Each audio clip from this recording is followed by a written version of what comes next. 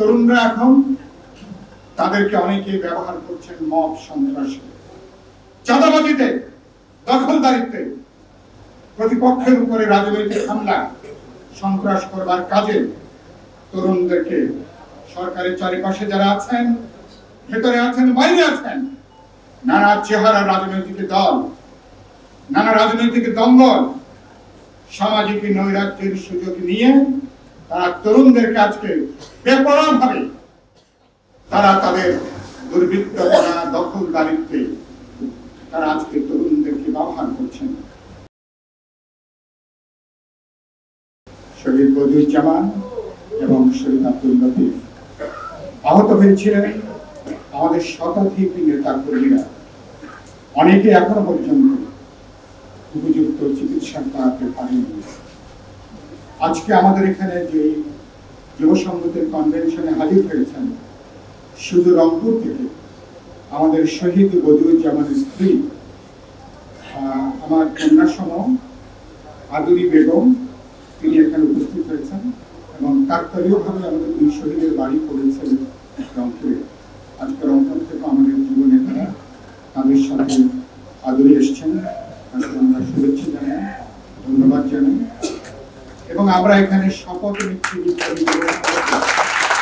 আমরা শহীদ আবু সাইদ মুখের মতন শহীদ বদিউজ্জামান এবং শহীদ আব্দুল লতিফের তারা রক্ত দিয়ে তারা যে নতুন স্বপ্ন তৈরি করেছেন বাংলাদেশের জন্য, সেই স্বপ্নকে কারো স্বেচ্ছাচারিতার কাছে আমরা হারিয়ে যেতে দেব না। আমরা শহীদের লড়াইকে বাঁচিয়ে রাখবো, তাদের সংগ্রামী স্মৃতিকে ধারণ করব, তাকে আমরা এগিয়ে নেব। সবার প্রতি অভিনন্দন জানাই। আমি অভিনন্দন জানাই আমাদের বীর যুবকদেরকে যারা গত বছর জুলাই আগস্টে বুক চিতিয়ে যারা জীবন দিয়েছেন, যারা শহীদ হয়েছেন। এই শহীদদের মধ্যে শ্রমজীবী সাধারণ মানুষের সংখ্যায় হচ্ছে এককভাবে সবচেয়ে বেশি। ছাত্ররা ভাগ নিয়েছে, সরকারের অংশ নিয়েছে, কিন্তু আমার শ্রমজীবী শহীদরা তারা সরকারের ভাগ চাননি, তারা কত অংশগ্রহণ করেনি, তারা অধিকার আর মর্যাদা চেয়েছিলেন। গত 14 মাসে সরকার তাদের সেই অধিকার এবং মর্যাদা দিতে পুরোপুরি ব্যর্থ হয়েছে। আমি যে সত্য কথা বলছি, এবং লড়াইটাই হয়েছে বৈষম্যের বিরুদ্ধে। গত 14 মাসে বাংলাদেশে বৈষম্য বৃদ্ধি পেয়েছে, বেকারত্ব বৃদ্ধি পেয়েছে, না খাওয়া মানুষের সংখ্যা বৃদ্ধি পেয়েছে, দারিদ্র্য সীমার নিচে নতুন করে নেমে এসছেন, বলা হচ্ছে 35 লক্ষ উপরে হচ্ছে মানুষ। বাজারে আগুন, মানুষের জীবন জীবিকা গুরুতর ঝুঁকির মধ্যে। এখনো পর্যন্ত কোটির উপরে মানুষ 3 বেলা পেট পুরে খেতে পারছেন না। অথচ তরুণরা তারা যে স্বপ্ন দেখেছিলেন, সেই স্বপ্ন গত 14 মাসে স্বপ্নটা অনেকখানি আজকে এটা দুঃস্বপ্নে পরিণত হতে যাচ্ছে। গতকাল জাতিসংঘে যিনি সফর করছেন প্রধান উপদেষ্টা, তিনি এক অনুষ্ঠানে যুবকদেরকে পরিচয় করিয়ে দিয়ে বলেছেন, তরুণরা জেগে উঠেছিল বলেই অভ্যুত্থানটা পেয়েছে। সত্য কথা, তরুণদের সাথে ছাত্র, তরুণ, সমাজের সকল স্তরের মানুষ, রাজনৈতিক দল, তাদের লক্ষ লক্ষ নেতা কর্মীরা সর্বস্ব উজাড় করে রাজপথে দাঁড়িয়েছিলেন বলে আমরা হাসিনার ফ্যাসিবাদকে বিদায় দিতে পেরেছিলাম। কিন্তু দুর্ভাগ্যজনক, প্রফেসর ইউনূস সত্যের একটা অংশ বলেছেন, কিন্তু গত 14 মাসে তরুণদের বুকের যে আগুন, সেই আগুনে তরুণদের চেতনার যে আগুন, গত 14 মাসে সরকার এই আগুনে তারা পানি ঢেলে দিয়েছেন, চেতনার আগুনে তারা পানি ঢেলে দিয়েছেন, তরুণদেরকে তারা বিভ্রান্ত, তারা করে ফেলেছে এবং বৈষম্যের বিরুদ্ধে আন্দোলন হয়েছে। গত 14 মাসে আমরা বলেছি, নানা ক্ষেত্রে বৈষম্য আরো বেশি প্রকট হয়েছে। খুবই দুর্ভাগ্যজনক যে বিশাল স্বপ্ন জুড়ে তরুণরা রাজপথে নেমে এসেছে, তরুণ যুবকেরা বিপ্লবী যুব সংহতি যে গণজাগরণ গণ অভ্যুত্থানে অসাধারণ বীরত্বব্যঞ্জক ভূমিকা পালন করেছেন, সেই তরুণরা গত 14 মাসে কেবলমাত্র প্রতারণার তারা শিকার হয়েছে।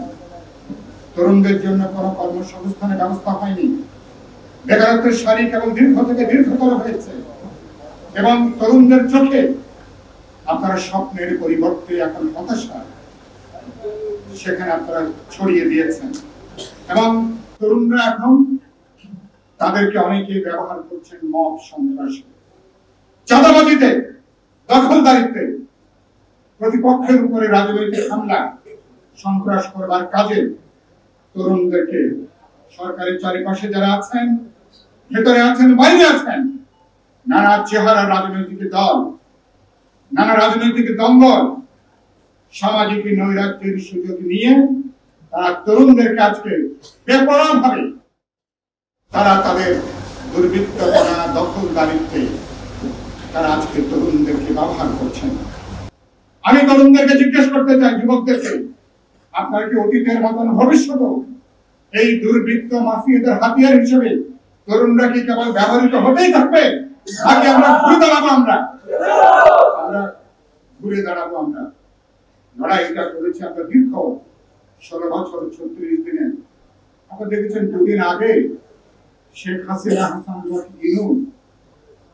তার যে একটা ভিডিও যেটা আইসিটি ট্রাইব্যুনালে আইনজীবীরা পেশ করেছেন, যেটা অডিও ক্লিপ, সেটাকে আবার পরীক্ষা করা হয়েছে সেটা নকল কিনা বানানো কিনা, কিন্তু দেখা গেছে সেটা তাদের প্রকৃতই তাদেরই কণ্ঠ, তাদেরই ভাষণ। এবং সেখানে দেখলাম সাইফুল হকের নাম কয়েকবার উচ্চারিত হলো, জোনায়েদ সাকির নাম উচ্চারিত হলো, আনু মোহাম্মদের নাম উচ্চারিত হলো এবং তিনি বলছেন সাইফুল হকের নাম ধরে যে তারা তো দেখছি এই সন্ত্রাসীদেরকে, মৌলবাদীদেরকে তারা মদত জুগিয়ে যাচ্ছেন, দেশটাকে তারা কোথায় নিয়ে যেতে চান, আসলে বিরুদ্ধে তিনি বলছেন। আমি আজকে আপনাদেরকে হাজির নাজির রেখে বলতে চাই, গণমাধ্যমের মধ্য দিয়ে দেশবাসীকে জানাতে চাই, আমরা কোন জঙ্গিবাদী, মৌলবাদী তৎপরতাকে মদত যোগাইনি, আমরা কোন সাম্প্রদায়িক শক্তিকে মদত যোগাইনি। আমরা শেখ হাসিনা সরকার নিয়মতান্ত্রিক ভাবে তিনি সরকার পরিবর্তনের পথ বন্ধ করে দিয়েছেন। ভোটের অধিকার, সাধারণ গণতান্ত্রিক অধিকার, মানবিক অধিকার, সেটাকে তিনি বন্ধ করে দিয়েছিলেন। সে কারণের জন্য গণজাগরণ, গণ অভ্যুত্থানের পথ ছাড়া এই ফ্যাসিবাদকে বিদায় দেওয়ার অন্য কোন পথ ছিল না।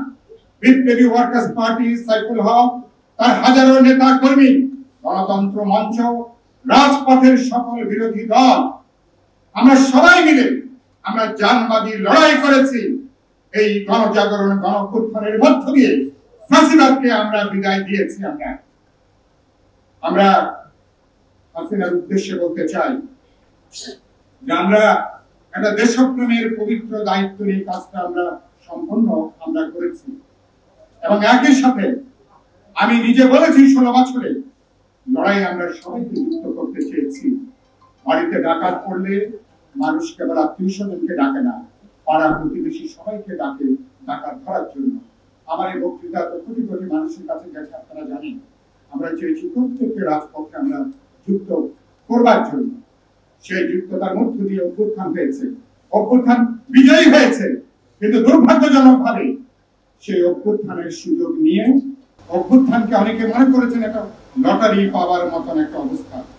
হঠাৎ করে শত শত কোটি টাকা একটা সাধারণ মানুষের যদি হাতে এসে যায়, তিনি যেমন বেপরোয়া হয়ে যান, বেদিশা হয়ে যান। এই সরকারে যারা মধ্যে আছেন, চারপাশে আছেন, তারা আজকে রাষ্ট্র ক্ষমতাকে ব্যবহার করে যা খুশি আজকে তারা তাই করছেন। অভ্যুত্থান আপনাদেরকে যা খুশি তাই করবার কোন লাইসেন্স আমরা দেইনি। 2000 শহীদ হয়েছেন, 30,000 আহত হয়েছেন। আমাদের রক্তের উপরে দাঁড়িয়ে নতুন করে ফ্যাসিবাদ কায়েম করবেন, নতুন করে জঙ্গিবাদী তৎপরতার লক্ষণ করব, অভ্যুত্থানের এটা বার্তা ছিল না।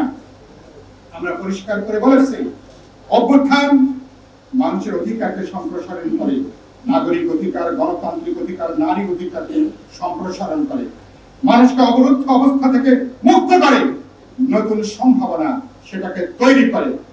এবং আপনাদের কারণের জন্য আপনারা আপনাদের ক্ষমতাকে নিরঙ্কুশ করবার জন্য তরুণদের একাংশকে আপনারা ব্যবহার করেছেন। তাদের ঘাড়ে চড়ে, তাদের পিঠে চড়ে আপনারা আপনাদের ক্ষমতার মস্তককে আপনারা নিরঙ্কুশ করতে চেয়েছেন। এর মধ্য দিয়ে কেবল এই তরুণদের সম্ভাবনাকে আপনারা নষ্ট করেন, গোটা একটা প্রজন্মের যে বৈপ্লবিক সম্ভাবনা, তাদের যে বৈপ্লবিক চিন্তা, আদর্শবাদী চিন্তা, সেটাকেও অনেকখানি আপনারা বিপদে ফেলে দিয়েছেন। তার দায় দায়িত্ব অবশ্যই বর্তমান সরকারকে গ্রহণ করতে হবে। কেবলমাত্র বিদেশ সফরে এদের 2-4 জনকে আপনি বিমানের সঙ্গী করে আপনারা একটা প্রজন্মের সাথে যে অন্যায় করেছেন, অপরাধ করেছেন, সে অপরাধ কোনোভাবেই সে অপরাধকে ঢাকা যাবে না। changetv.press, এক ফোঁটা হলুদ নেই।